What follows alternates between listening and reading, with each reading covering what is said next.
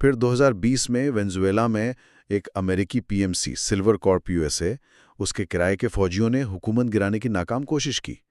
تو یہ مثالیں دکھاتی ہیں کہ طاقت کا استعمال اب صرف ریاستوں کی جاگیر نہیں رہا۔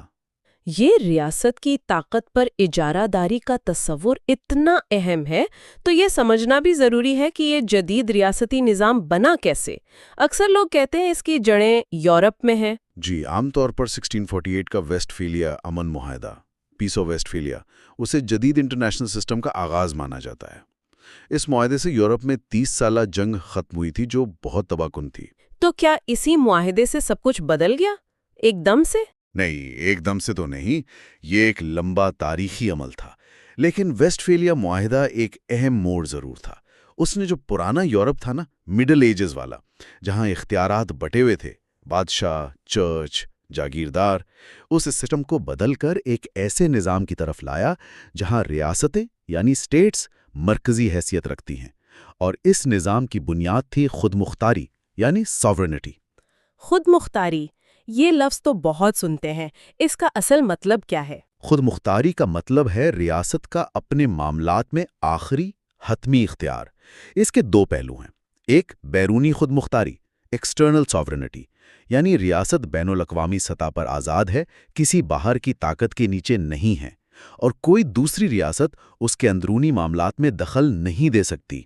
اور دوسری ہے اندرونی خود مختاری انٹرنل ساورنٹی، یعنی ریاست کو اپنے علاقے اور آبادی پر قانون بنانے اور طاقت استعمال کرنے کا پورا اختیار ہے۔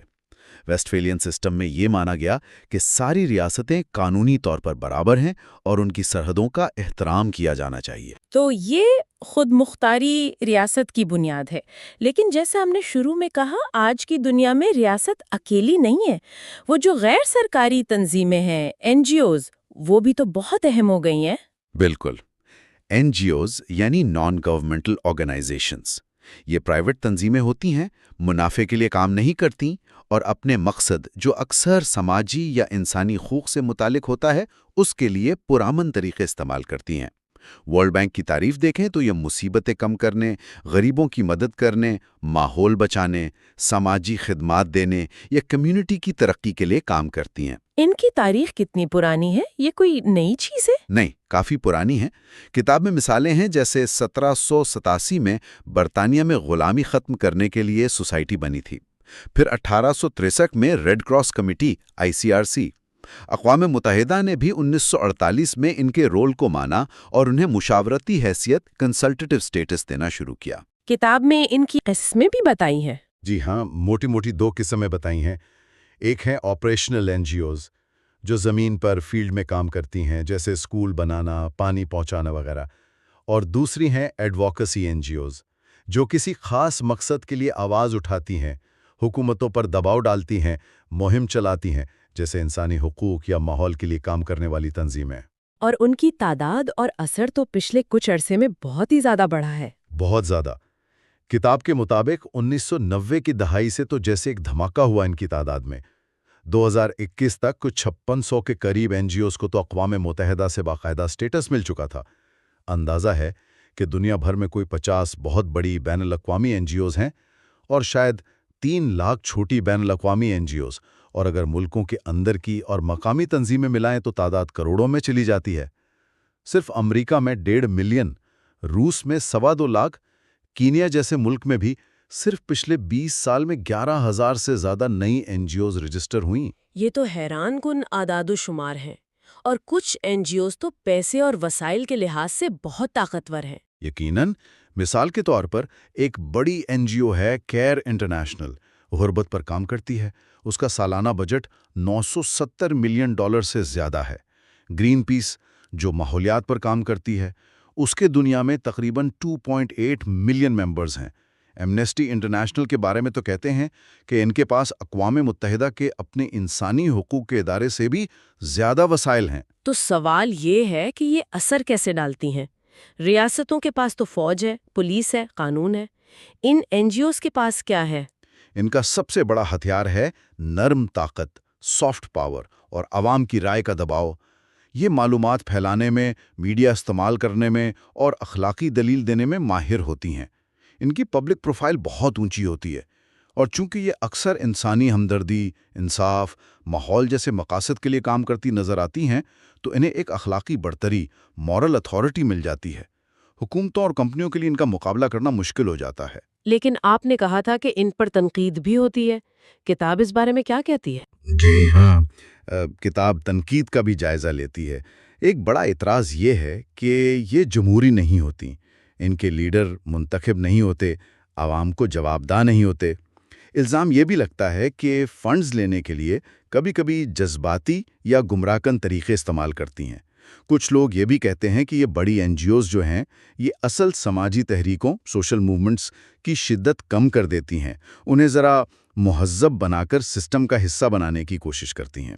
اور کچھ سکینڈلز کا بھی ذکر تھا۔ ہاں، پچھلے کچھ سالوں میں کچھ بڑی مغربی این جی اوز پر سنگین الزامات لگے ہیں، خاص طور پر غریب ملکوں میں جنسی استحصال کے اور تنظیم کے اندر نسل پرستی اور بدسلوکی کے۔ 2019 میں #چیریٹی سو وائٹ جیسی مہم نے اس مسئلے کو کافی سامنے لایا۔ تو ان کی طاقت اور اثر تو ہے، لیکن یہ کمزوریاں اور تضادات بھی ساتھ ساتھ ہیں۔ اچھا، تو ریاست ہو گئیں، این جی اوز ہو گئیں، ان سب کو جوڑنے والا یا متاثر کرنے والا ایک اور بڑا تصور ہے گلوبلائزیشن۔ یہ لفظ تو ہر کوئی استعمال کرتا ہے، لیکن اس کا مطلب کیا ہے اصل میں؟ کوئی ایک تعریف ہے اس کی؟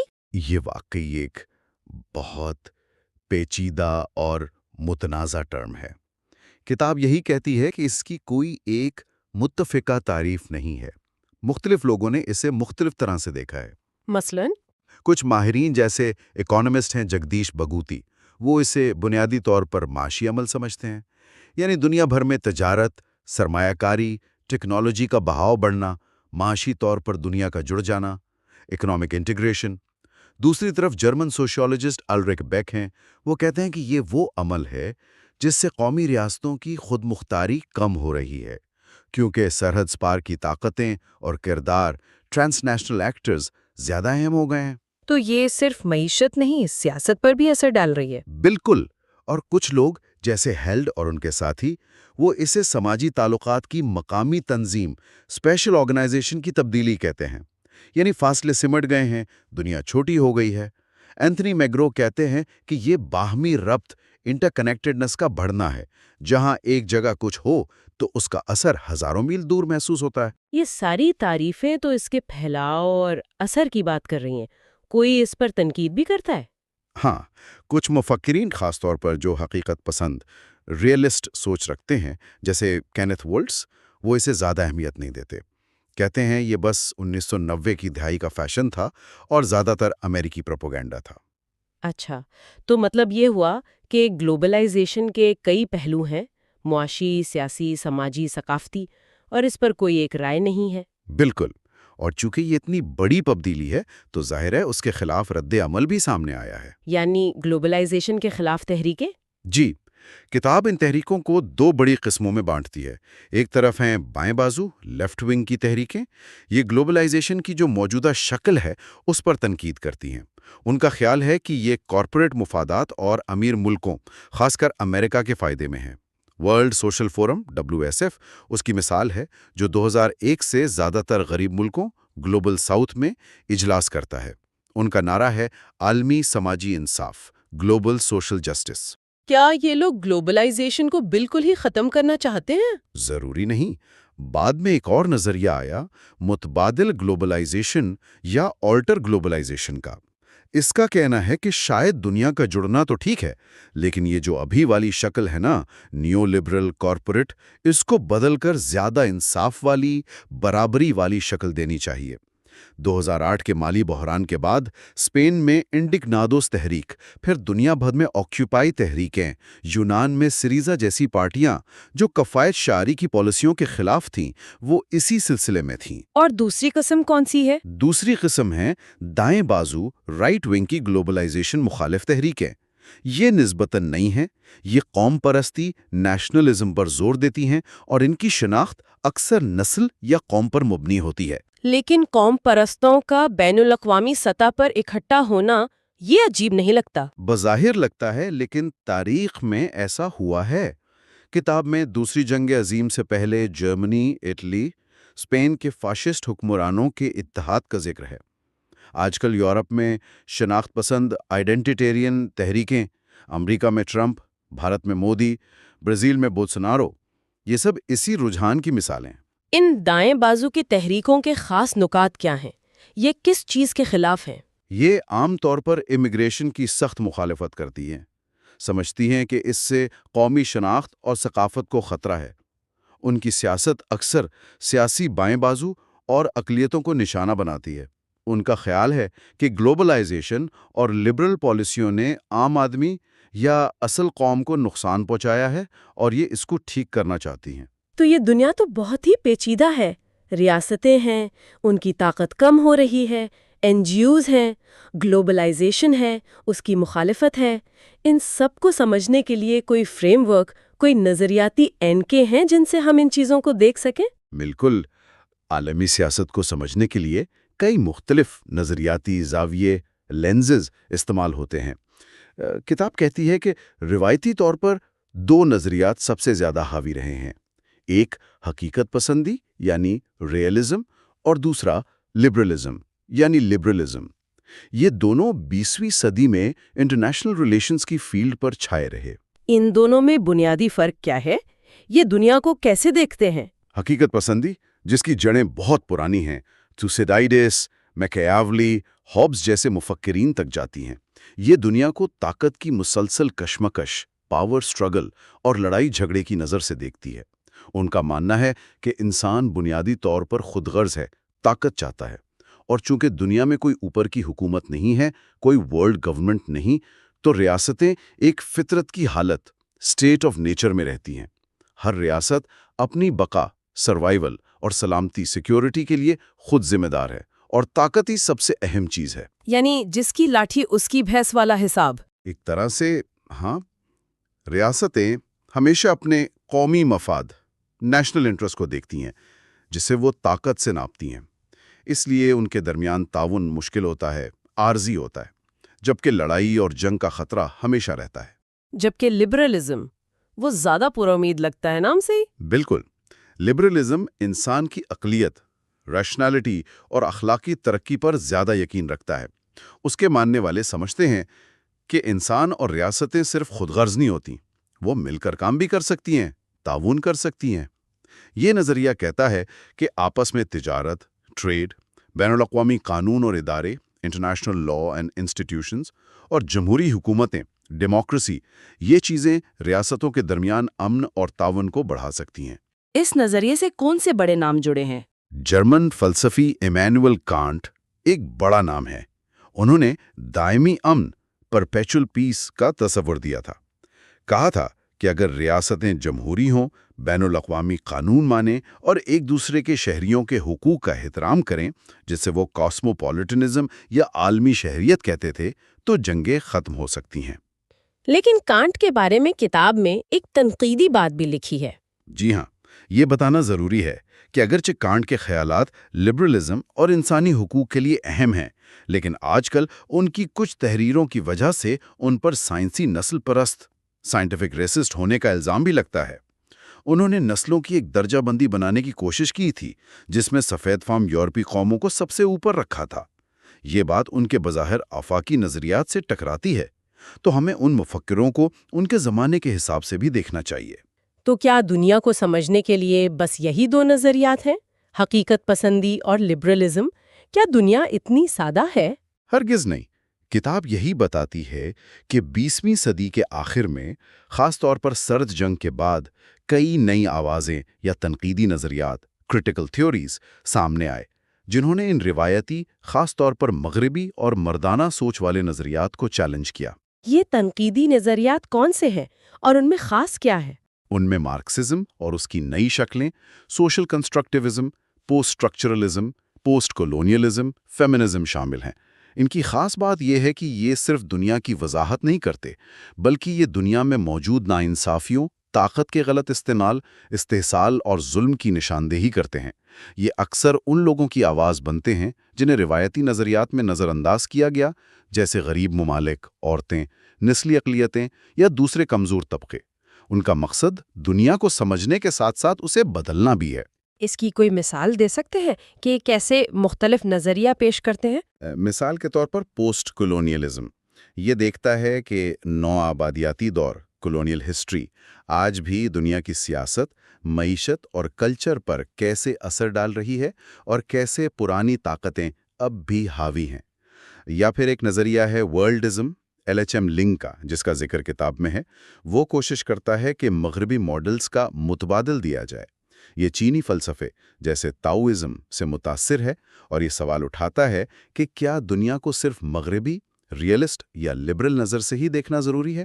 کیا چین کا طاقتور ہونا لازمی طور پر خطرہ ہی ہے، یا یہ صرف ہماری مغربی اینک کا قصور ہے جو ہر غیر مغربی طاقت کو شک سے دیکھتی ہے؟ یہ تو واقعی سوچنے کی بات ہے۔ اس کا مطلب ہے کہ عالمی سیاست کو صحیح طرح سمجھنے کے لیے ہمیں یہ مختلف نظریاتی چشمے استعمال کرنے پڑیں گے تاکہ ایک مکمل تصویر بن سکے۔ بالکل، کوئی ایک نظریہ پوری حقیقت نہیں بتا سکتا۔ یہ کتاب ہمیں ان مختلف نظریات کو سمجھنے اور ان کا تنقیدی جائزہ لینے کا موقع دیتی ہے۔ آج ہم نے عالمی سیاست کے کچھ بنیادی تصورات دیکھے: ریاست، خود مختاری، NGOs، گلوبلائزیشن، اور ان کو سمجھنے کے لیے جو مختلف نظریات ہیں ان کا تعارف حاصل کیا۔ یہ واقعی ایک بہت وسیع اور دلچسپ فیلڈ ہے۔ اور یہ تو صرف شروعات ہے، آگے چل کر ہم ان موضوعات میں اور گہرائی میں جائیں گے۔ بالکل، یہ سفر یہیں ختم نہیں ہوتا۔ اگلے حصے میں ہم حقیقت پسندی یعنی ریئلزم اور لبرلزم یعنی لبرلزم ان نظریات کو اور تفصیل سے دیکھیں گے۔ ان کے بنیادی مفروضے کیا ہیں، ان کی کون کون سی قسمیں ہیں، اور یہ دنیا کے واقعات جیسے جنگ اور امن یا بین الاقوامی تعاون ان کی وضاحت کیسے کرتے ہیں۔ ہم تاریخ میں بھی تھوڑا پیچھے جائیں گے اور دیکھیں گے کہ پرانی تہذیبوں سے لے کر سرد جنگ تک یہ عالمی نظام کیسے بنا اور بدلا۔ تو ہمارے ساتھ رہیے گا ڈیپ ڈائیو اردو پر اس دلچسپ سفر کو جاری رکھنے کے لیے۔ یہ اینڈرو ہیورڈ کی کتاب گلوبل پالیٹکس کا دوسرا حصہ ہے۔ پچھلے حصے میں ہم نے اس کتاب کے تاریخی پس منظر اور جو اہم نظریات ہیں عالمی سیاست کے، ان پر بات کی تھی۔ جی ہاں، آج ہم دیکھیں گے کہ ہیورڈ عالمی دور میں معاشروں کو کیسے بدلتا ہوا دیکھتے ہیں۔ ٹیکنالوجی ہے، ثقافت ہے، اور یہ شناختی سیاست یعنی آئیڈینٹی پالیٹکس، اس کے کیا اثرات ہیں۔ بالکل۔ اور پھر عالمی نظام، ورلڈ آرڈر کا تصور کیا ہے، ساتھ ہی جنگ، امن، ایٹمی ہتھیار، یہ سب اہم موضوعات بھی ہیورڈ کی نظر سے سمجھنے کی کوشش کریں گے۔ جی، یہ تو کافی وسیع موضوعات ہیں آج۔ تو آئیے اس گہرائی میں اترتے ہیں۔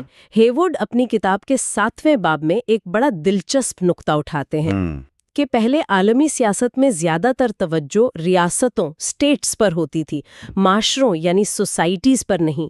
کچھ لوگ تھے ہائپر گلوبلسٹ جنہیں کہتے ہیں، وہ سمجھتے تھے کہ گلوبلائزیشن بس ایک معاشی یا ٹیکنیکی چیز ہے، سماج سے اس کا تعلق نہیں ہے۔ لیکن دیکھیں، ہیورڈ کہتے ہیں کہ ریاستیں اور معیشتیں تو سماجی رشتوں کے جال میں ہی کام کرتی ہیں نا۔ صحیح۔ اور آج کل یہ معاشرے بھی اتنی ہی تیزی سے بدل رہے ہیں جتنی معیشتیں۔ یہاں ہیورڈ کئی اہم سوالات اٹھاتے ہیں، جیسے پوسٹ انڈسٹریل معاشرے کیسے بن رہے ہیں، ہماری زندگیوں میں رسک یعنی خطرات وہ کیوں بڑھ رہے ہیں، ثقافت پر گلوبلائزیشن کے کیا اثرات ہیں، NGOs اور سماجی تحریکیں کیوں اتنی اہم ہو گئی ہیں، اور وہ گلوبل سول سوسائٹی والی بات بھی۔ جی، اور کیا واقعی ایک گلوبل سول سوسائٹی بن رہی ہے؟ یہ سب سوالات ہیں۔ اگر سماجی تعلقات کی بات کریں تو ہیورڈ روایتی یعنی تھک تعلقات جو ہوتے تھے جیسے خاندان، پرانی کمیونٹی، اور آج کل کے کم گہرے تھن تعلقات، ان میں فرق بتاتے ہیں۔ یہ نئے تعلقات شاید زیادہ وسیع ہے، ہم سینکڑوں لوگوں سے آن لائن جڑے ہو سکتے ہیں۔ بالکل، لیکن وہ کہتے ہیں کہ یہ کم گہرے ہوتے ہیں۔ اس تبدیلی کے پیچھے اربنائزیشن ہے، شہروں کی طرف لوگ جا رہے ہیں، صنعتی دور میں کلاس سولیڈیرٹی بنی، ٹوٹی، اور پھر پوسٹ انڈسٹریل معاشروں کا ابھرنا۔ ہیورڈ فورڈزم اور پوسٹ فورڈزم کا ذکر کرتے ہیں۔ یہ فورڈزم اور پوسٹ فورڈزم کیا ہے آسان لفظوں میں؟ یوں سمجھیں کہ فورڈزم پرانی فیکٹری والی نوکری تھی، ایک جیسی بڑی تعداد میں۔ پوسٹ فورڈزم زیادہ لچکدار ہے، فلیکسیبل ہے، ڈی سینٹرلائزڈ ہے، مطلب کام بکھرا ہوا ہے۔ اور اس پوسٹ فورڈزم کا تعلق سماجی بکھراؤ اور انفرادیت پسندی، انڈیویجولزم سے بھی ہے؟ جی ہاں، بالکل۔ ہیورڈ 2/3 1/3 معاشرے کا تصور پیش کرتے ہیں، یعنی معاشرے کا ایک بڑا حصہ تو نسبتاً ٹھیک حال میں ہے،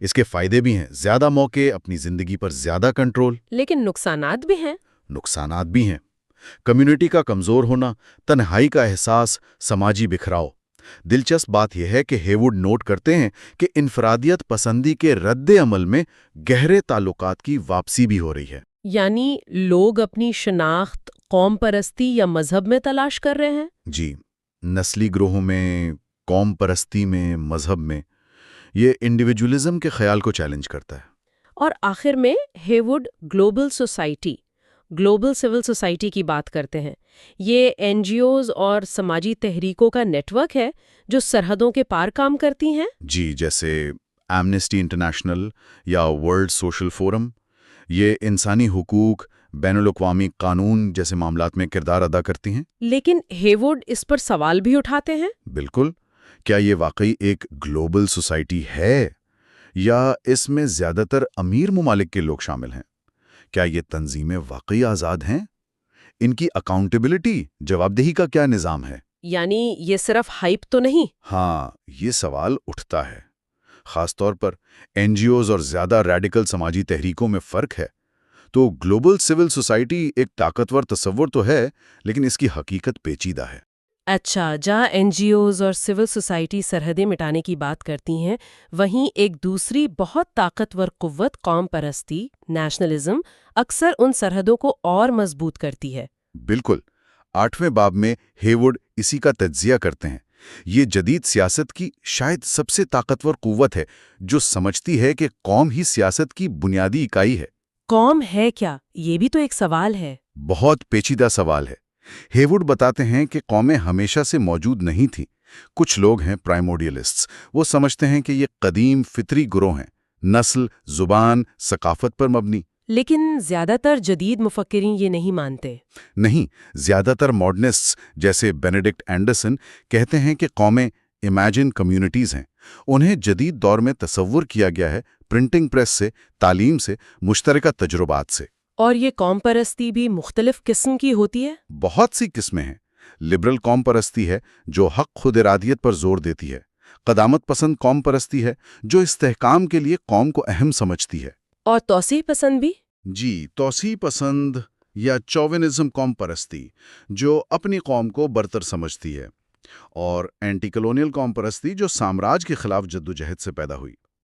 ہیوڈ فیمو نیشنلزم کا بھی ذکر کرتے ہیں۔ فیمو نیشنلزم یہ کیا ہے؟ یہ وہ صورتحال ہے جب قوم پرستانہ مقاصد کے لیے حقوق نسواں کا نعرہ استعمال کیا جاتا ہے۔ تو مطلب گلوبلائزیشن کے باوجود قوم پرستی ختم نہیں ہوئی؟ بالکل نہیں۔ ہیوڈ اس کی لچک پر، اس کی ریزیلینس پر زور دیتے ہیں۔ ہم نے سابق یوگوسلاویا، روانڈا میں خوفناک نسلی تنازعات دیکھے۔ اور آج کل مغرب میں بھی؟ جی، حالیہ برسوں میں خاص طور پر مغرب میں سفید فام قوم پرستی کا دوبالا ابھار دیکھا گیا ہے۔ یہ اکثر اینٹی امیگریشن جذبات اور نسل پرستی سے جڑا ہے۔ اس کی جڑیں نو آبادیاتی دور کی سوچ میں ہیں۔ یہ ظاہر کرتا ہے کہ قوم پرستی آج بھی ایک طاقتور سیاسی قوت ہے۔ اسی سے جڑا مسئلہ ہجرت، مائیگریشن کا ہے۔ لوگ تو ہمیشہ سے ایک جگہ سے دوسری جگہ جاتے رہے ہیں۔ جی، لیکن ہیوڈ کہتے ہیں کہ آج ہم ایج آف مائیگریشن میں رہ رہے ہیں۔ اس کی وجوہات معاشی بھی ہیں، تنازعات بھی ہیں جیسے شام کا مسئلہ، اور انسانی اسمگلنگ بھی۔ اور اس سے ٹرانس نیشنل کمیونٹیز بن رہی ہیں۔ بالکل، یہ وہ لوگ ہیں جو اپنے اصل وطن اور نئے میزبان ملک دونوں سے تعلقات رکھتے ہیں۔ ٹیکنالوجی نے، موبائل فون، انٹرنیٹ نے اس میں بہت مدد کی ہے۔ تو اس سے ہائبریڈیٹی یعنی ملی جلی شناختیں پیدا ہو رہی ہیں۔ جی ہاں، یہ لوگ قوم پرستی کو مکمل طور پر رد نہیں کر رہے، بلکہ قوم اور اپنی دوسری شناختوں کو ملا کر جی رہے ہیں۔ قوم پرستی کے ساتھ ساتھ شناختی سیاست، آئیڈینٹی پالیٹکس آج کل بہت اہم ہے۔ 9واں باب اسی پر ہے۔ بنیادی سوال یہی ہے کہ ہم کون ہیں کا احساس ہماری سیاست کو کیسے شکل دیتا ہے۔ بالکل، ثقافت یعنی ہمارا طرز زندگی، عقائد، روایات، یہ سب سیاسی میدان میں بہت اہم ہو گئے ہیں۔ ہیوڈ بھارت میں ہندوتوا اور اسرائیل میں سوئنت کی مثالیں دیتے ہیں۔ شناخت کو سمجھنے کے بھی کئی نظریات ہیں۔ جی، بہت سے ریئلسٹس ریاست کو دیکھتے ہیں، لبرلز فرد کو، مارکسسٹس طبقاتی شناخت کو، کنسٹرکٹیوسٹس کہتے ہیں کہ شناخت سماجی طور پر بنتی ہے۔ اور پوسٹ کلونیل مفکرین؟ پوسٹ کولونیل مفکرین جیسے ایڈورڈ سائد بتاتے ہیں کہ کیسے طاقتور گروہ کمزور گروہوں کی شناخت مسلط کرتے ہیں۔ اسے ادرنگ کہا جاتا ہے۔ فیمنسٹ نظریہ جنس کی بنیاد پر شناخت کو دیکھتا ہے۔ اور یہ شناخت اور اختلاف اکثر تنازعات کا باعث بنتے ہیں؟ جی، ہیوڈ دکھاتے ہیں کہ یہ اکثر تنازعات کا باعث بنتے ہیں، چاہے وہ امریکہ چین کے تعلقات ہوں یا سیمیول ہنٹنگٹن کا وہ متنازع کلیش آف سویلائزیشنز کا نظریہ، جس میں کہا گیا کہ مستقبل کی جنگیں ثقافتوں کے درمیان ہوں گی۔ جی ہاں، حالانکہ اس نظریے پر بہت تنقید ہوئی کہ یہ ثقافتوں کو بہت سادہ اور یکساں فرض کرتا ہے، ایسنشلزم کا الزام لگا۔ اسی شناخت اور ثقافت سے جڑا تصور کثیر الثقافیت ملٹی کلچرلزم کا ہے، یعنی مختلف ثقافتوں کا ایک ساتھ رہنا۔ جی ہاں، ملٹی کلچرلزم کا مطلب صرف ثقافتی تنوع کا ہونا نہیں، بلکہ ایک اصول کے طور پر اس تنوع کو تسلیم کرنا اور اقلیتوں کے حقوق کا تحفظ کرنا بھی ہے۔ اس کے فائدے بھی ہیں اور چیلنجز بھی۔ بالکل، فائدے ہیں جیسے ثقافتی ملاپ، برداشت کا بڑھنا، لیکن ہیوڈ اس کے چیلنجز بھی بتاتے ہیں۔ تنوع اور سماجی ہم آہنگی میں توازن کیسے قائم کیا جائے؟ ایمی چوا نے مارکیٹ ڈومیننٹ مائنورٹیز کی بات کی ہے، یعنی وہ اقلیتیں جو معاشی طور پر بہت کامیاب ہوں۔ جی، جس سے اکثریتی آبادی میں بے چینی پیدا ہو سکتی ہے۔ مغرب میں ساختی امتیاز اور نسل پرستی بھی مسائل پیدا کرتی ہیں، جیسا کہ ہم نے BLM تحریک یا فرانس کے 2005 کے فسادات میں دیکھا۔ اور آج کل تو کثیر الثقافیت کے خاتمے کی باتیں بھی ہو رہی ہیں۔ بالکل، کئی یورپی رہنماؤں نے کہا ہے کہ ملٹی کلچرلزم ناکام ہو گیا ہے۔ ایسیمیلیشن یعنی اقلیتوں کو اکثریتی ثقافت میں ضم کرنے پر زیادہ زور دیا جا رہا ہے۔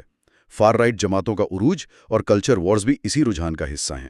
احیا پسندی، ریلیجس ریوائولزم، ایک زمانے میں تو سمجھا جاتا تھا کہ دنیا جدید ہوگی تو مذہب کمزور ہو جائے گا، وہ سیکولرائزیشن تھیسس۔ جی بالکل یہی سمجھا جاتا تھا، لیکن ہیوڈ دلیل دیتے ہیں کہ بہت سی جگہوں پر مذہب کمزور نہیں ہوا بلکہ زیادہ اہم ہو گیا ہے۔ اس کی کیا وجوہات ہو سکتی ہیں؟ وجوہات پیچیدہ ہیں، شاید اس لیے کہ جدید بکھری ہوئی زندگی میں مذہب لوگوں کو معنی، یقین اور کمیونٹی کا احساس فراہم کرتا ہے۔ اس کی مثالیں پوری دنیا میں ہیں۔ ایران کا اسلامی انقلاب، امریکہ میں نیو کرسچن رائٹ، بھارت میں ہندو قوم پرستی، میانمار میں بدھ قوم پرستی۔ اور اس میں مذہبی بنیاد پرستی، فنڈامنٹلزم کا کیا کردار ہے؟ فنڈامنٹلزم مذہب کی ایک خاص سخت گیر تشریح ہے۔ ہیوڈ کے مطابق اس میں سیاست کو مذہب کے تابع کیا جاتا ہے، پبلک اور پرائیویٹ زندگی کی تفریق ختم کر دی جاتی ہے۔ یہ اکثر سیکولرزم، گلوبلائزیشن اور جدیت کے خلاف ایک رد عمل ہوتا ہے۔ دنیا کو اچھائی اور برائی کی جنگ کے طور پر دیکھا جاتا ہے؟ جی بالکل، ایک مینیکیین ورلڈ ویو ہوتا ہے۔ عرب بہار، عرب سپرنگ کی مثال ہیوڈ دیتے ہیں کہ کیسے مذہبی اور سیکولر قوتوں کے درمیان پیچیدہ نتائج پیدا کیے۔ اخوان المسلمون ایک مثال ہے۔ یہ سب شناخت، ثقافت، مذہب کی لڑائیاں یہ عالمی سطح پر طاقت کے کھیل کو کیسے بدل رہی ہیں؟ ہیوڈ 10ویں باب میں عالمی نظام، ورلڈ آرڈر اور طاقت کی بدلتی نوعیت پر بات کرتے ہیں۔ طاقت آخر ہے کیا چیز؟ ہاں، جوزف نائے نے مذاق میں کہا تھا کہ یہ محبت کی طرح ہے، محسوس کرنا آسان ہے، بیان کرنا مشکل۔ صحیح۔ ہیوڈ طاقت کو مختلف زاویوں سے دیکھتے ہیں۔ ایک تو طاقت بطور صلاحیت، فوجی طاقت، معاشی وسائل وغیرہ، مائیکل مین کا IMP ماڈل ہے۔ دوسرا، طاقت بطور تعلق، جی، یعنی دوسروں پر اثر انداز ہونے کی صلاحیت، کمپیلنس بمقابلہ ڈیٹرنس۔ اور تیسرا، جسے سوزن سٹرینج نے اسٹرکچرل پاور کہا، یعنی وہ نظام یا ڈھانچہ جو خود یہ طے کرتا ہے کہ کھیل کے اصول کیا ہوں گے۔ جیسے عالمی معیشت کے اصول کون طے کرتا ہے؟ بالکل، تنقیدی نظریات نسل پرستی اور پتر شاہی کو بھی ساختی طاقت کی شکلیں مانتے ہیں۔ بیل ہکس یا ٹیوری اور کارمائکل کا کام اس پر ہے۔ اور کیا طاقت کی نوعیت بدل رہی ہے؟ جیسے فوجی طاقت سے زیادہ معاشی طاقت اہم ہو گئی ہے، یا ہارڈ پاور کی جگہ سافٹ پاور لے رہی ہے؟ نائے نے سافٹ پاور کا تصور پیش کیا تھا، یعنی اپنی ثقافت، اقدار، پالیسیوں کی کشش سے دوسروں کو قائل کرنا۔ ہیوڈ کہتے ہیں کہ آج کل سمارٹ پاور کی بات ہوتی ہے، یعنی ہارڈ اور سافٹ پاور کا ہوشیاری سے استعمال۔ جی، ایک اور اہم تبدیلی یہ ہے کہ کیا طاقت ریاستوں سے نکل کر غیر ریاستی عناصر، TNCs، NGOs، دہشت گرد گروہوں کے پاس جا رہی ہے؟ بارنیٹ اور ڈیوال نے طاقت کی مزید پیچیدہ اقسام بیان کی ہیں۔ جنگ کے دور میں دنیا بائی پولر تھی، امریکہ اور سوویت یونین۔ اس کا خاتمہ بہت ڈراماٹک تھا۔ ہیوڈ مختلف وضاحتیں بتاتے ہیں کہ یہ کیوں ہوا۔ جی، کیا سوویت یونین اندرونی طور پر کمزور ہو گیا؟ کیا مغربی جمہوریت اور معاشیت جیت گئیں؟ کیا نظریات بدل گئے؟ ہر تھیوری کی اپنی وجاہت ہے۔ ریئلسٹ بحران دیکھتے ہیں، لبرل جمہوریت کی فتح، مارکسسٹ حیران ہے، کنسٹرکٹیوسٹ نظریات میں تبدیلی دیکھتے ہیں۔ سرد جنگ کے بعد امریکہ کا یونیپولر مومنٹ آیا، واحد سپر پاور۔ جی ہاں، اس دور میں معاشی گلوبلائزیشن پھیلی، لبرل جمہوریت کا چرچا ہوا، پھر 9/11 ہوا، دہشت گردی کے خلاف جنگ شروع ہوئی، عراق، افغانستان میں مداخلت ہوئی۔ بش ڈاکٹرین بھی اسی دور میں آیا، پری ایمپشن والا۔ جی، پیشگی حملے کا نظریہ۔ اوباما دور میں کچھ تبدیلی کی کوشش ہوئی، ملٹی لیٹرلزم پر زور دیا گیا، قاہرہ تقریر ہوئی، ایران سے تعلقات کی کوشش ہوئی، لیکن تسلسل بھی رہا، جیسے ڈرون حملے، خفیہ طاقت کا استعمال۔ تو کیا امریکی بالادستی اچھی تھی یا بری؟ اور کیا یہ اب ختم ہو رہی ہے؟ یہ بڑا سوال ہے۔ اس پر بہت بحث ہے۔ کچھ اسے بینیولنٹ ہیجمون کہتے ہیں، ناگزیر قوم، کچھ نوم چومسکی کی طرح روگ سپر پاور کہتے ہیں۔ ہیوڈ زوال کے حق اور مخالفت دونوں طرف کے دلائل پیش کرتے ہیں۔ زوال کی نشانیاں کیا ہیں؟ فوجی ناکامیاں جیسے عراق، افغانستان، معاشی چیلنجز، چین کا ابھرنا، سافٹ پاور میں کمی، یہ سب نشانیاں سمجھی جاتی ہیں۔ لیکن امریکہ اب بھی کئی شعبوں میں بہت طاقتور ہے۔ لیکن اب ملٹی پولیرٹی کی باتیں ہو رہی ہیں، کثیر قطبی دنیا۔ جی ہاں، یعنی دنیا میں طاقت کے کئی مراکز ابھر رہے ہیں۔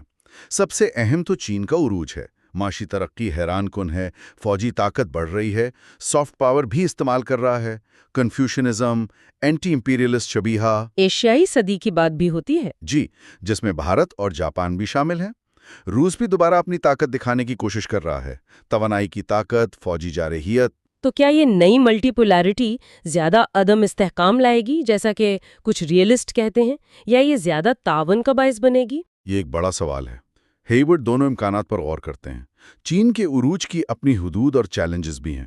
معاشی انحصار ہے، آبادیاتی مسائل ہیں، سیاسی رکاوٹیں ہیں۔ چین امریکہ تعلقات خاص طور پر اہم ہوں گے۔ بہت اہم۔ کیا یہ دشمنی میں بدلیں گے یا ان کا باہمی انحصار، وہ چائے امریکہ والی بات، برقرار رہے گا؟ ٹرمپ دور کی تجارتی جنگ نے تعلقات کو مزید پیچیدہ بنا دیا ہے، اور غیر ریاستی عناصر اور گلوبلائزیشن خود بھی طاقت کے توازن کو مسلسل بدل رہے ہیں۔ طاقت کے اس کھیل میں جنگ اور امن کا سوال مرکزی حیثیت رکھتا ہے۔ 11ویں باب میں ہیوڈ جنگ کی تعریف، وجوہات اور بدلتی نوعیت پر بات کرتے ہیں۔ جنگ کیا ہے؟ سیاسی گروہوں کے درمیان منظم، بڑے پیمانے پر تشدد۔ اس کی وجوہات کیا ہیں؟ کینتھ والز کے مطابق 3 سطح ہیں۔ انفرادی سطح، کیا انسان فطرتاً جارح ہے؟ ریاستی سطح، کیا کچھ ریاستیں زیادہ جنگجو ہوتی ہیں، لبرل بمقابلہ آمرانہ؟ اور بین الاقوامی نظام کی سطح۔ نظام کی سطح پر ریئلسٹ نظریہ کیا کہتا ہے؟ انارکی، یعنی کوئی عالمی حکومت نہ ہونا خود جنگ کا باعث بنتا ہے۔ سیلف ہیلپ کا نظام ہے۔ مارکسسٹ نظریہ کہتا ہے کہ عالمی سرمایہ داری جنگ کی وجہ ہے۔ جنگ کی نوعیت کیسے بدل رہی ہے؟ کلوزوٹز کا مشہور نظریہ تھا کہ جنگ سیاست کا تسلسل ہے۔ کیا یہ آج بھی درست ہے؟ اس پر بہت بحث ہے۔ کیا ایٹمی ہتھیاروں نے جنگ کی نوعیت بدل دی؟ میری کالڈر نے نئی جنگوں، نیو وارز کا نظریہ پیش کیا۔ یہ نئی جنگیں کیسی ہوتی ہیں؟ یہ اکثر ریاستوں کے اندر ہوتی ہیں، خانہ جنگی کی طرح، شناخت کے مسائل پر لڑی جاتی ہیں۔ ان میں طاقت کا توازن نہیں ہوتا، اے سیمیٹری ہوتی ہے، اور عام شہری اور فوجی کا فرق مٹ جاتا ہے۔ ہیوڈ بتاتے ہیں کہ بین الریاستی جنگیں کم ہوئی ہیں، لیکن خانہ جنگیاں بڑھی ہیں، خاص کر پوسٹ کولونیل ریاستوں میں۔ اور جنگ کے نئے طریقے بھی آ گئے ہیں، اے سیمیٹرک وارفیئر، انسرجنسی، دہشت گردی۔ جی ہاں، کرائے کے فوجیوں کا استعمال بڑا ہے، جیسے academy, black water. Hybrid warfare, جیسا روس نے یوکرین میں کیا۔ روایتی فوج، معاشی دباؤ، خفیہ آپریشنز، سائبر حملے، social media propaganda. Cyber warfare بھی، جیسے اسٹکس نیٹ؟ جی، سائبر وارفیئر بھی۔ یہ سب جنگ کی پرانی تعریفوں کو چیلنج کرتے ہیں۔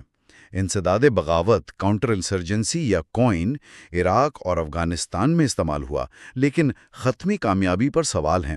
جنگ کو جائز کیسے ٹھہرایا جاتا ہے؟ ہیوڈ 3 اہم موقف بتاتے ہیں۔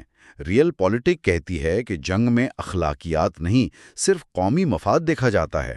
دوسرا پیسیفزم؟ جی، پیسیفزم کہتی ہے کہ جنگ ہمیشہ غلط ہے۔ اور تیسری ہے جسٹ وار تھیوری، جسٹ وار تھیوری کیا کہتی ہے؟ یہ کہتی ہے کہ کچھ شرائط کے تحت جنگ اخلاقی طور پر جائز ہو سکتی ہے۔ اس کی جڑیں قدیم ہیں، سسرو، ایکوینس، گروٹیس، لیکن مائیکل والزر نے اسے ماڈرن دور میں پیش کیا۔ اس کی شرطیں کیا ہیں؟ 2 طرح کی شرطیں ہیں۔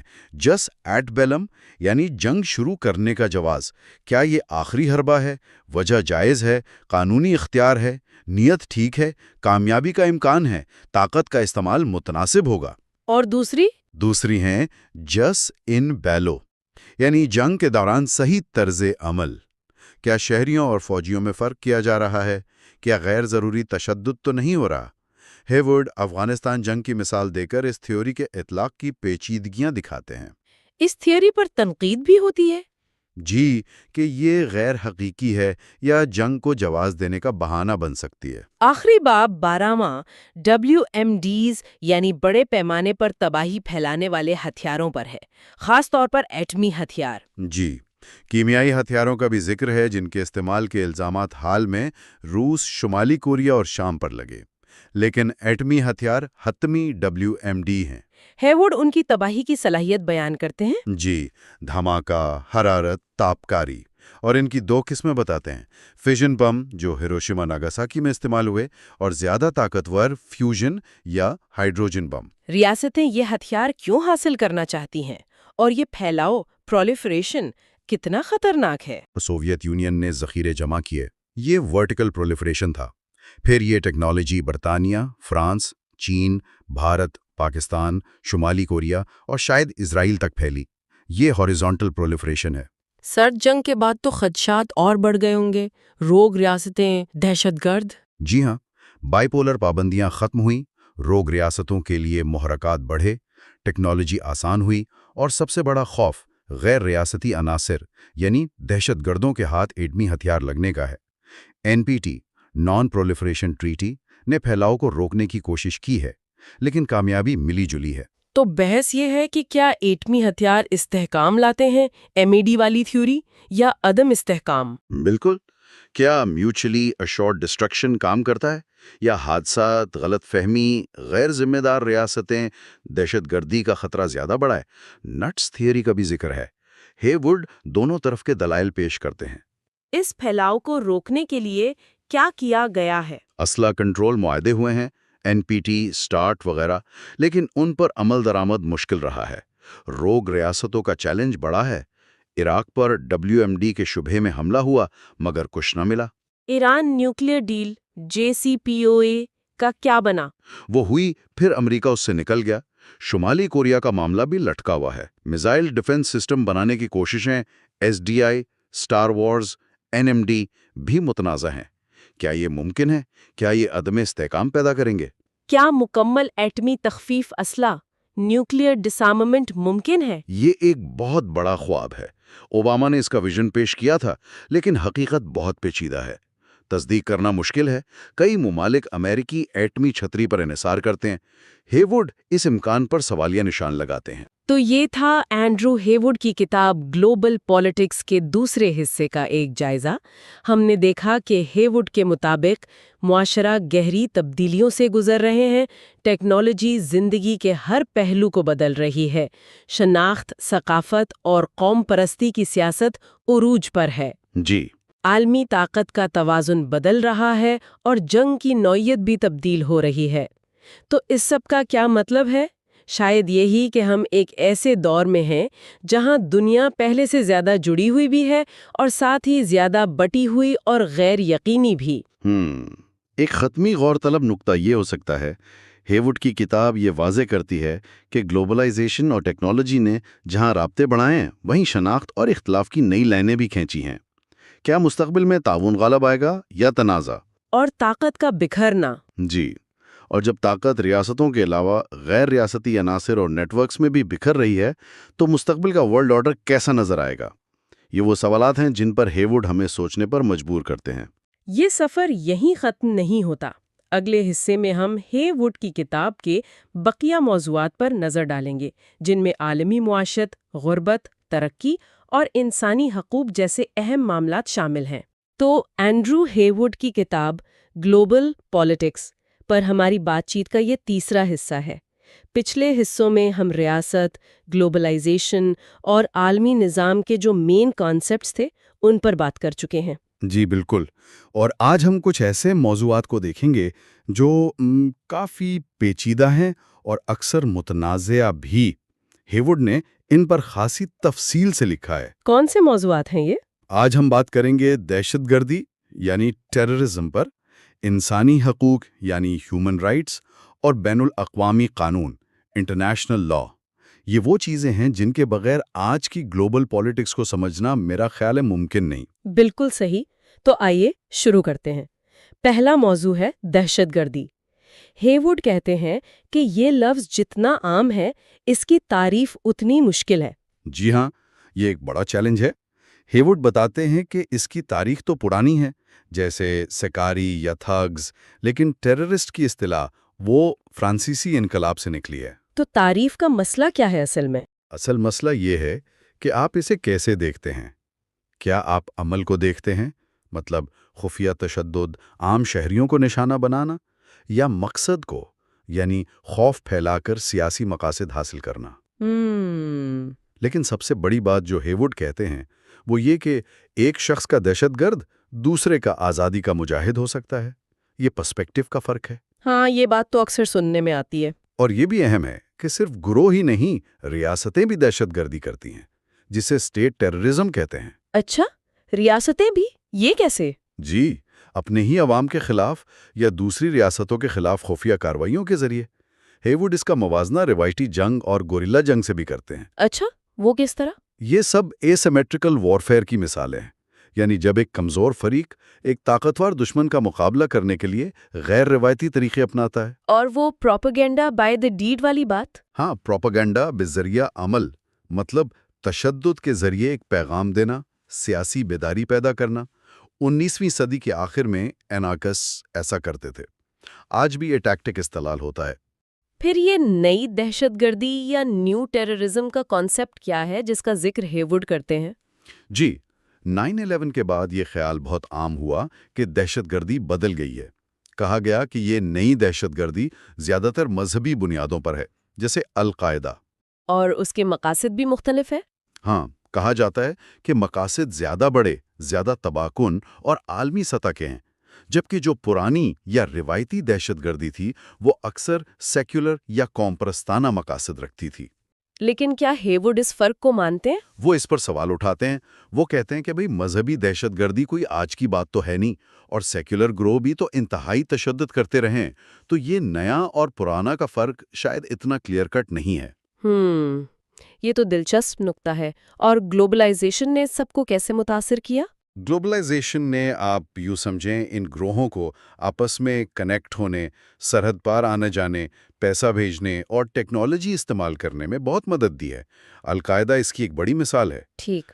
اچھا، ہیوڈ ایک اور قسم کی دہشت گردی کا بھی ذکر کرتے ہیں جی، جو آج کل کافی خبروں میں ہے، وائٹ سپریمیسسٹ ٹیررزم۔ جی ہاں، وہ اس پر خاص طور پر توجہ دلاتے ہیں۔ یہ مغرب میں ایک بڑا خطرہ بن کر سامنے آئی ہے۔ ناروے کا 2011 کا حملہ، چارلسٹن میں 2015 میں، اور پھر نیوزی لینڈ میں کرائسٹ چرچ کا 2019 کا حملہ۔ یہ سب اسی کی مثالیں ہیں۔ اور اس کی وجوہات کیا بتاتے ہیں وہ؟ اس کی جڑیں وہ نسل پرستی، اینٹی امیگریشن سوچ، اسلاموفوبیا اور اینٹی سیمیٹزم میں بتاتے ہیں۔ ہیوڈ تو 6 جنوری 2021 کے کیپٹل ہل والے واقعے کا بھی ذکر کرتے ہیں، جسے کئی لوگوں نے دہشت گردی قرار دیا۔ تو اتنی ساری قسمیں اور اتنی پیچیدگی، اس کا مقابلہ کیسے کیا جائے؟ ہیوڈ کیا کہتے ہیں؟ کوئی آسان حل تو نہیں ہے۔ ہیوڈ مختلف اپروچز بتاتے ہیں۔ ایک تو ہے سیکیورٹی سخت کرنا، فوجی طاقت استعمال کرنا۔ ٹھیک ہے۔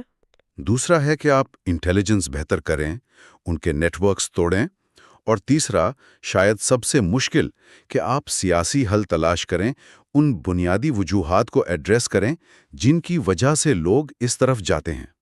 لیکن ان سب طریقوں کی اپنی قیمت بھی تو ہوگی، خاص طور پر شہری آزادیوں کے حوالے سے۔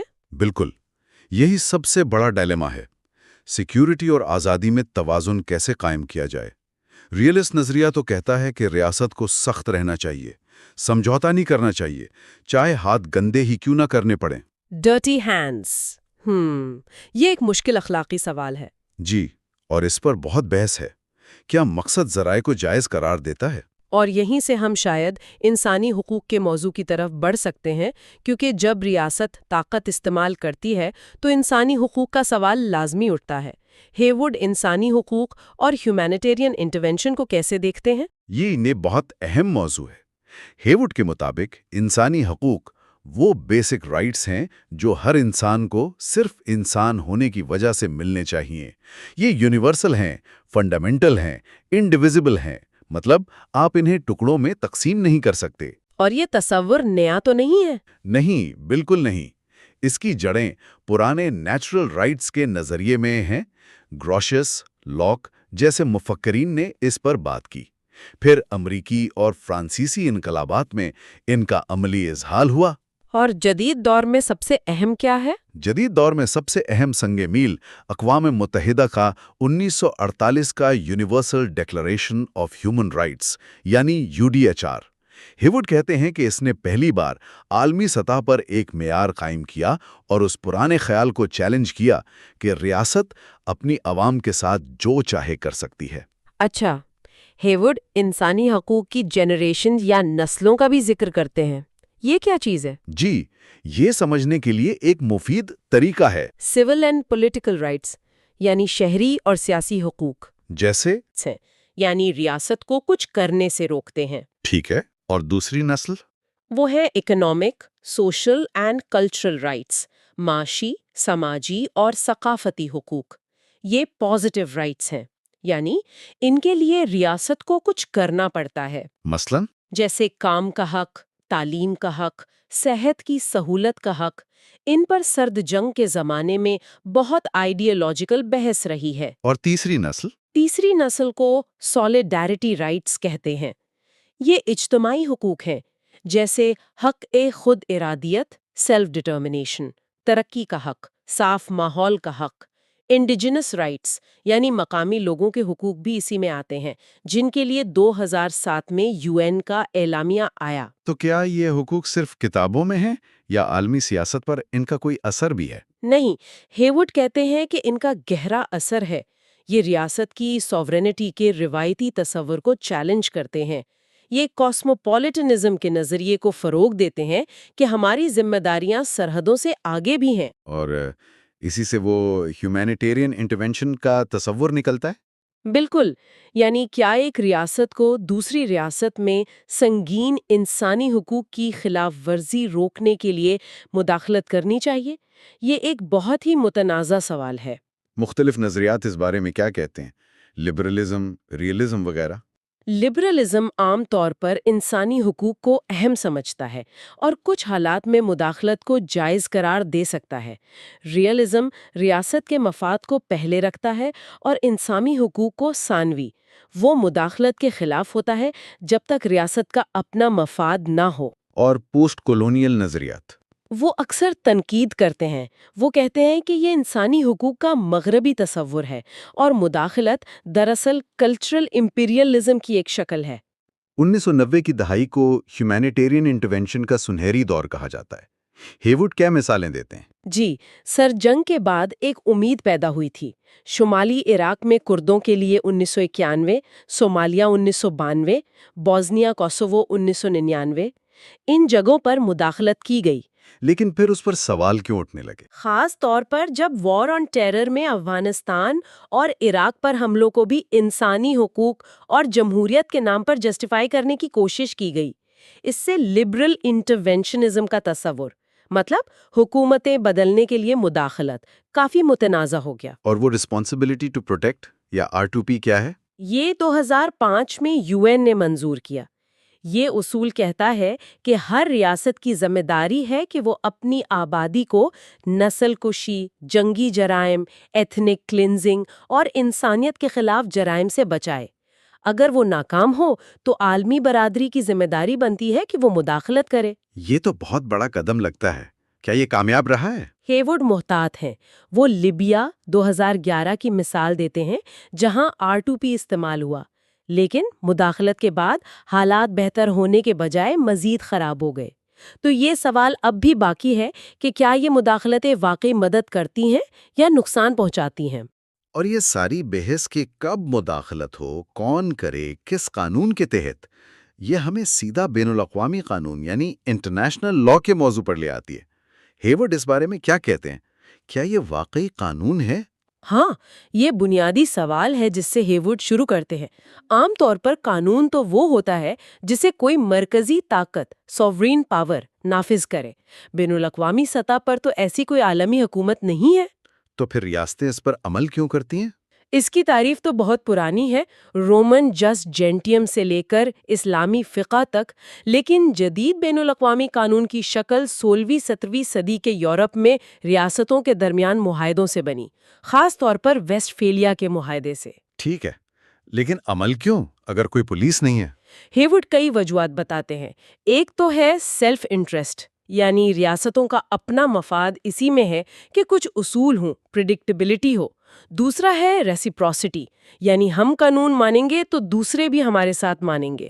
اور پھر ساخت کا معاملہ ہے، لیجٹمیسی کا احساس ہے کہ یہ قانون ٹھیک ہے، اخلاقی طور پر بائنڈنگ ہے، اور کبھی کبھی پابندیوں کا ڈر بھی ہوتا ہے۔ ہیورڈ بین الاقوامی قانون میں ایک تبدیلی کی بات کرتے ہیں، وہ کیا ہے؟ جی، وہ کہتے ہیں کہ روایتی بین الاقوامی قانون جو صرف ریاستوں کے درمیان تھا، اب عالمی یا سپرا نیشنل قانون بن رہا ہے۔ اس میں اب افراد، گروہ، NGOs، کارپوریشنز بھی شامل ہیں۔ یعنی اس کا دائرہ کار بڑھ گیا ہے؟ بالکل، اب یہ صرف ریاستوں کے تعلقات تک محدود نہیں، بلکہ انسانی حقوق، ماحولیات، عالمی انصاف جیسے معاملات تک پھیل گیا ہے۔ انٹرنیشنل کورٹ آف جسٹس یا ورلڈ کورٹ اس کی ایک مثال ہے، اگرچہ اس کے فیصلے نافذ کروانا اب بھی مشکل ہے۔ اس تبدیلی کی کوئی خاص مثال دے سکتے ہیں؟ جنگ کے قوانین کا انٹرنیشنل ہیومینیٹیرین لا یعنی IHL بن جانا ایک بہترین مثال ہے۔ ہیورڈ ہیگ اور جنیوا کنونشنز کا ذکر کرتے ہیں جو جنگ کے طریقوں اور جنگ میں لوگوں کے تحفظ کے اصول طے کرتے ہیں۔ جیسے جنگی قیدیوں یا شہریوں کا تحفظ؟ جی ہاں، اور اب تو وار کرائمز اور کرائمز اگینسٹ ہیومینٹی کی باقاعدہ تعریفیں موجود ہیں۔ UN کی قرارداد 1820 جس نے جنسی تشدد کو جنگی جرم قرار دیا، یہ بھی IHL کے ارتقاء کی مثال ہے۔ اور کیا ان قوانین کو نافذ کرنے کے لیے کوئی عدالتیں وغیرہ ہیں؟ جی، پہلے ایڈ ہاک ٹرائیبیونلز بنے، جیسے روانڈا اور یوگوسلاویا کے لیے، لیکن سب سے اہم قدم ہیورڈ کے مطابق انٹرنیشنل کرمنل کورٹ ICC کا قیام ہے، جو 2002 میں عمل میں آئی۔ ICC کا کیا کام ہے؟ یہ ایک مستقل عدالت ہے جو ان افراد پر مقدمہ چلا سکتی ہے جنہوں نے نسل کشی، جنگی جرائم، انسانیت کے خلاف جرائم یا جارحیت اگریشن کا جرم کیا ہو۔ لیکن ICC بھی تو کافی متنازع رہی ہے۔ بالکل، ہیورڈ اس پر ہونے والی تنقید کا ذکر کرتے ہیں۔ کیا یہ مؤثر ہے؟ کیا اس میں کلچرل بائس ہے؟ اکثر الزام لگتا ہے کہ یہ افریقی ممالک پر زیادہ توجہ دیتی ہے۔ اور کیا یہ وکٹرز جسٹس ہے؟ یہ سوال بھی اٹھایا جاتا ہے، اور یہ کہ کیا یہ صرف افراد کو سزا دے کر اصل سیاسی مسائل سے توجہ ہٹا دیتی ہے؟ سب سے بڑا مسئلہ یہ بھی ہے کہ امریکہ، چین، روس جیسی بڑی طاقتیں اس کی مکمل رکن نہیں ہے، جس سے اس کی ایفیکٹونیس کم ہوتی ہے۔ تو یہ ایک اہم ادارہ ہے، لیکن چیلنجز بہت ہیں۔ جی بالکل، ICC ایک اہم کوشش ہے عالمی انصاف کی طرف، لیکن اس کی راہ میں بہت رکاوٹیں ہیں۔ تو آج ہم نے اینڈریو ہیورڈ کی کتاب گلوبل پالیٹکس کے حوالے سے دہشت گردی کی پیچیدگیوں، انسانی حقوق اور ریاستی خود مختاری کی کشمکش اور بین الاقوامی قانون کے ارتقاء اور اس کی حدود کو سمجھنے کی کوشش کی۔ جی، اور یہ واضح ہے کہ یہ سارے مسائل آپس میں کتنے جڑے ہوئے ہیں۔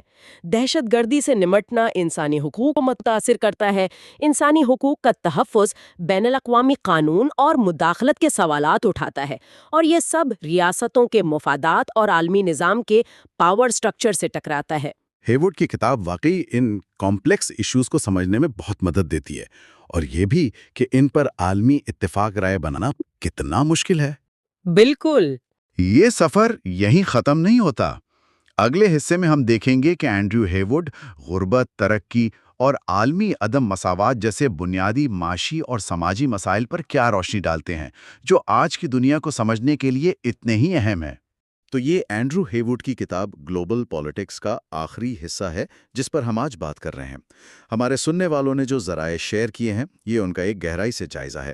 اس کتاب کے آخری چیپٹرز کچھ بہت بڑے سوالوں کو چھیڑتے ہیں، جیسے کہ گلوبل پالیٹکس میں جینڈر کا کیا کردار ہے، یونائٹڈ نیشنز جیسی بڑی تنظیمیں کتنی مؤثر ہیں، جی دنیا کی اکانومی کیسے چل رہی ہے، یورپین یونین جیسے ریجنل گروپس کا کیا فیوچر ہے، بالکل اور سب سے بڑھ کر یہ گلوبل پالیٹکس یہ جا کدھر رہی ہے۔ جی تو آئیے ان موضوعات کو ذرا کھول کر دیکھتے ہیں۔ شروعات کرتے ہیں چیپٹر 18 سے، جینڈر اور سیاست پر۔ ہیوڈ کہتے ہیں کہ بہت عرصے تک انٹرنیشنل پالیٹکس نے جینڈر کو نظر انداز کیا، جی بالکل لیکن 1980s سے فیمنسٹ سوچ نے اسے بدلا ہے۔ یہ جینڈر لینس سے دیکھنے کا کیا مطلب ہے؟ دیکھیں، اس کا بنیادی مطلب یہ ہے کہ ہم مرد اور عورت کے درمیان جو فرق دیکھتے ہیں وہ صرف بائیولوجیکل نہیں ہے، بلکہ سماج نے بنائے ہیں۔ میری ورلڈسٹون کرافٹ جیسی پرانی تھنکرز نے بھی یہی بات کی تھی۔ فیمنزم میں ایک اہم سوال یہ اٹھایا گیا کہ خواتین کہاں ہیں؟ اچھا، یعنی سیاست، اکانومی، جنگ وغیرہ میں ان کا ذکر کیوں نہیں ہوتا؟ یہ امپیریکل فیمنزم ہے۔ پھر آئی انالیٹیکل فیمنزم، جس نے کہا کہ مسئلہ صرف خواتین کی عدم موجودگی کا نہیں، بلکہ جو تھیوریز ہم استعمال کرتے ہیں جیسے ریئلزم، وہ خود مردانہ سوچ پر مبنی ہے۔ وہ اسٹیٹ، پاور، سیکیورٹی کو ایسے دیکھتی ہیں جو مردوں کے تجربے پر فوکس کرتی ہیں۔ لیکن اس سوچ پر تنقید بھی ہوتی ہے نا۔ مثلا کچھ لوگ کہتے ہیں کہ خواتین کی بہتری کیپٹلزم کی وجہ سے آئی ہے، فیمنزم کی وجہ سے نہیں۔ جی، یہ ایک آرگیومنٹ ہے۔ اور گلوبل نارتھ اور ساؤتھ کی خواتین کے مسائل بھی بہت مختلف ہیں۔ بالکل مختلف ہیں، اور ریاست یعنی اسٹیٹ خود بھی جینڈرڈ ہے۔ پبلک یعنی سیاسی، معاشی، اور پرائیویٹ یعنی گھر، خاندان، لائف کی جو تقسیم ہے، اس نے خواتین کو اکثر پرائیویٹ دائرے تک محدود رکھا۔ صحیح۔ پیٹریارکی یعنی مردانہ غلبہ اس کی بنیاد ہے۔ ایک دلچسپ بات ہائیوڈ بتاتے ہیں کہ ویلفیئر اسٹیٹ نے خواتین کی مردوں پر ڈپینڈنسی کو اسٹیٹ پر ڈپینڈنسی میں بدل دیا۔ اچھا، یہ تو ایک الگ زاویہ ہے۔ جی، پھر جینڈرڈ وائلنس بھی ہے۔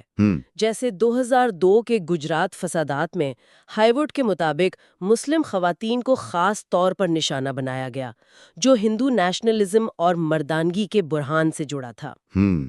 یہ صرف جنسی تشدد نہیں تھا، بلکہ دشمن کمیونٹی کے مردوں کی عزت پر حملہ بھی سمجھا گیا کہ وہ اپنی خواتین کی حفاظت نہیں کر سکے۔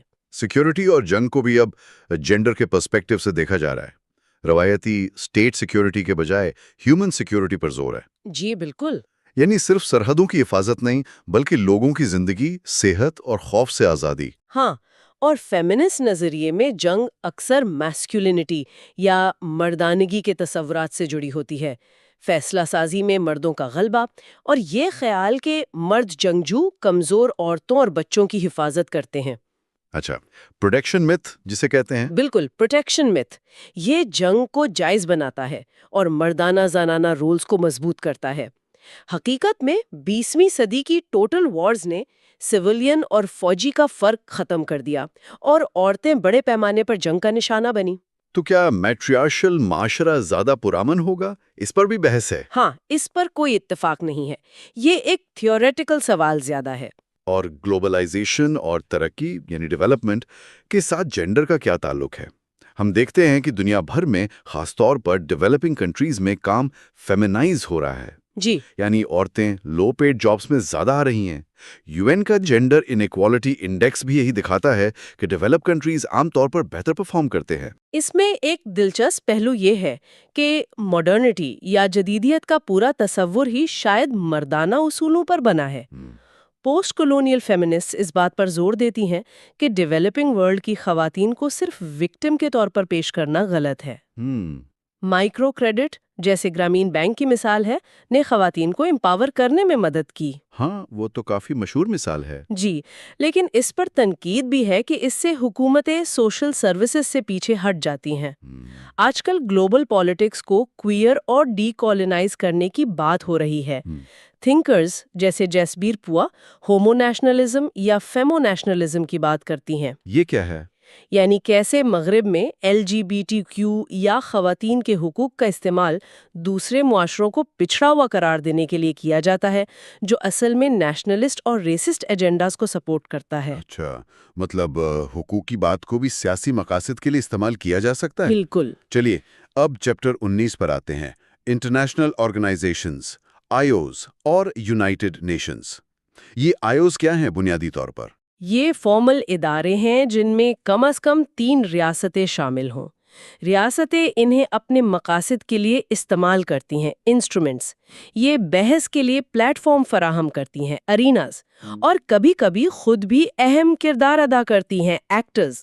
اور ان کا عروج وہ WWI، WW2 جیسے بحرانوں سے جڑا ہے؟ جی، اور امریکہ کے گلوبل پاور بننے سے بھی۔ ان پر الگ الگ نظریے ہیں۔ لبرلز کہتے ہیں یہ کوآپریشن کے لیے ہیں، ریئلسٹ کہتے ہیں طاقتور ملکوں کے مفاد کے لیے۔ بالکل، اور بھی تھیوریز ہیں۔ کنسٹرکٹیوسٹس کہتے ہیں آئیوز آئیڈیاز اور نارمز پر بنتے ہیں۔ مارکسسٹس انہیں گلوبل انیکوالٹی کو برقرار رکھنے کا ذریعہ سمجھتے ہیں۔ فیمنسٹس ان کی جینڈرڈ نیچر پر سوال اٹھاتی ہیں، اور پوسٹ کولونیل تھیورسٹس انہیں پرانے کولونیل پاور سٹرکچرز کا نیا روپ دیکھتے ہیں۔ سب سے مشہور آئیو تو یونائٹڈ نیشنز ہے۔ 1945 میں بنی لیگ آف نیشنز کے بعد مقاصد امن قائم کرنا، انسانی حقوق کا تحفظ، بین الاقوامی قانون، سوشل ڈیولپمنٹ۔ یہاں ایک بہت دلچسپ پہلو سامنے آتا ہے، وہ ہے UN کا سٹرکچر۔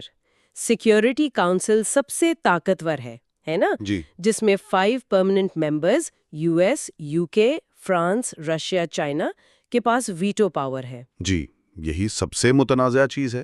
بالکل، اس کی ذمہ داری امن قائم کرنا ہے۔ جنرل اسمبلی میں سب ممبرز ہیں، برابر نمائندگی ہے، لیکن اختیارات کم ہیں۔ پھر سیکریٹریٹ ہے جس کا سربراہ سیکریٹری جنرل ہوتا ہے۔ ایکوسوک معاشی اور سماجی کام دیکھتا ہے، اور ICJ قانونی معاملات۔ UN ایک ہائبرڈ چیز ہے، اس میں بڑی طاقتوں کی پالیٹکس بھی چلتی ہے اور سب ریاستوں کی برابری کا اصول بھی ہے۔ اور سیکیورٹی کونسل میں ریفارم لانا اس لیے مشکل ہے، ویٹو پاور اور نمائندگی کے مسائل کی وجہ سے؟ جی ہاں، بہت مشکل ہے۔ امن قائم کرنے میں UN کا ریکارڈ کیسا رہا ہے؟ کلیکٹیو سیکیورٹی کا آئیڈیا تو کولڈ وار میں زیادہ نہیں چلا۔ ہاں، کولڈ وار کے بعد امید بڑی تھی، نیو ورلڈ آرڈر کی بات ہوئی، UN زیادہ ایکٹیو ہوئی، جیسے 1991 کی گلف وار میں۔ لیکن پھر مشکلات آ گئیں۔ روانڈا اور یوگوسلاویا میں پیس کیپنگ مشنز ناکام ہوئے۔ نظم پر سوال اٹھے تھے۔ جی بالکل۔ UN پیس کیپنگ کا کانسیپٹ، جسے چیپٹر 6.5 کہا گیا، وہ اب پیس بلڈنگ میں بدل گیا ہے، یعنی صرف جنگ بندی نہیں بلکہ معاشرے کی تعمیر نو۔ جی، پازیٹیو پیس کا تصور، یعنی تنازع کی جڑوں کو ختم کرنا۔ اس کی ایفیکٹونیس پر بحث ہے۔ کچھ سٹڈیز کامیابی دکھاتی ہیں، لیکن سریبرینیسا اور روانڈا جیسی بڑی ناکامیاں بھی ہیں۔ وجہ انکلیئر مینڈیٹس، ریسورسز کی کمی، پولیٹیکل ول کی کمی۔ اور پیس بلڈنگ کا سوشل اور اکنامک ڈیولپمنٹ سے گہرا تعلق ہے۔ بالکل۔ سوشل اور اکنامک ڈیولپمنٹ میں UN کا رول وقت کے ساتھ بڑھا ہے، خاص طور پر ڈی کالونائزیشن کے بعد، اور یہ سمجھنے کے بعد کہ امن اور ترقی جڑے ہوئے ہیں۔ جی، UNDP، human development reports, HDI، millennium development goals, MDGs، اور اب سسٹینیبل ڈیولپمنٹ گولز۔ یہ سب اسی کوشش کا حصہ ہے، مستقبل میں UN کو بدلتی global power dynamics, financial problems اور ٹیررزم یا پینڈیمکس جیسے نئے سیکیورٹی چیلنجز سے نمٹنا ہوگا۔ اس پر تنقید بھی ہوتی ہے کہ یہ بے اثر ہے، بیوروکریسی زیادہ ہے۔ جی، لیکن کچھ لوگ اس کی اڈیپٹیبلٹی کی تعریف بھی کرتے ہیں۔ یہ ایک پیچیدہ ادارہ ہے۔ اچھا، اب چیپٹر 20، گلوبل گورننس اور Britain would system. Global governance کا مطلب ورلڈ گورنمنٹ تو نہیں ہے نا؟ نہیں، بالکل نہیں۔ یہ ورلڈ گورنمنٹ سے بہت مختلف ہے۔ اس کا مطلب ہے ریاستوں اور دوسرے ایکٹرز کا مل کر گلوبل مسائل حل کرنے کی کوشش کرنا، بین الاقوامی انارکی سے بہتر طریقے سے۔ اس کی خصوصیات میں پالی سینٹرزم، کوئی ایک سینٹر نہیں، انٹر گورنمنٹلزم، ریاستوں کے درمیان کوآپریشن، مکسڈ ایکٹرز، ریاستیں، IOs، NGOs، کمپنیاں اور ملٹی لیول پروسیسز شامل ہے۔ اور یہ سب سے زیادہ اکنامک پالیسی میں نظر آتا ہے؟ جی ہاں، خاص طور پر برٹن ووڈ سسٹم میں جو 1944 میں قائم ہوا۔ مقصد تھا WWI اور WWI کے درمیان والی اکنامک انسٹیبلٹی سے بچنا۔ اس نے IMF، ورلڈ بینک اور GATT، جو بعد میں WTO بنا، قائم کیے۔ تو بریٹن ووڈز کا اصل پلان کیا تھا؟ established exchange rates?